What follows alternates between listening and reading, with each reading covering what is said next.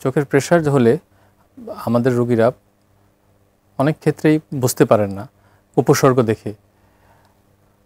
যখনই চোখের প্রেশার বেশি হয় তখন আস্তে আস্তে তার আশেপাশের বা দৃষ্টির পরিসীমা কমতে থাকে। এটা একটা গুরুত্বপূর্ণ দিক। আরেকটা জিনিস হচ্ছে প্রাথমিকভাবে অনেক সময় যেটা হয় সেটা হচ্ছে যে তাদের চশমাতে ওনারা সন্তুষ্ট হন না। চশমাটা উনি বারবার পরিবর্তন করতে চান, ভাবেন যে চশমা পরিবর্তন করলে উনি হয়তো পরিষ্কার দেখতে পাবেন।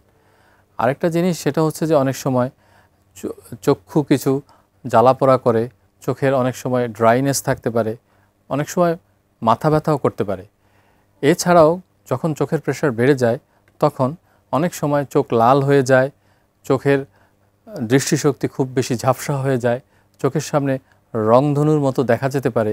এবং এটা যখন অনেক দিন ধরে থাকে এবং বাড়তে থাকে তখন একসময় চোখের স্নায়ু ক্ষতিগ্রস্ত হয় এবং একসময় ওনার চোখের দৃষ্টিশক্তি একদম কমে যেতে পারে।